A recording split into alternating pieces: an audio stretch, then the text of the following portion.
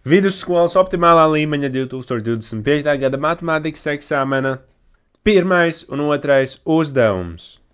16 pakāpē viena puse. Liežamas formulu lapu, kur tāda, ja mums ir kāpinātājā daļa, tad mēs skaitītāju rakstam kā pakāpi un saucēju kā saknes pakāpi.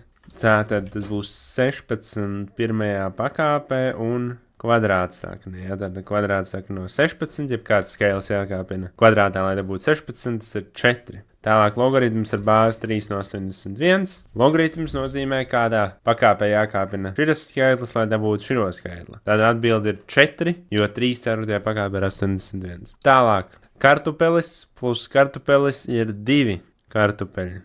Šādi. Atbilde D. Iznest reizinātāju. Tad atceramies, ja mums ir skaitlis blakus burtam, to mēs varam parakstīt šādi.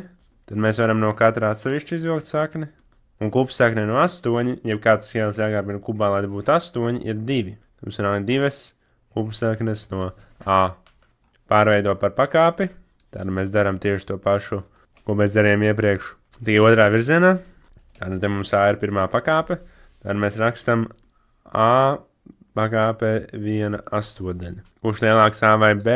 Tātad, un te mēs atceramies, ka zīme ir jāmaina vietām. Ja bāze pakāpē ir mazāka par 1, tad tur notiek šī zīmju maiņa. Ja? Atceramies no eksponentu nevienādībām. A mazāks par B.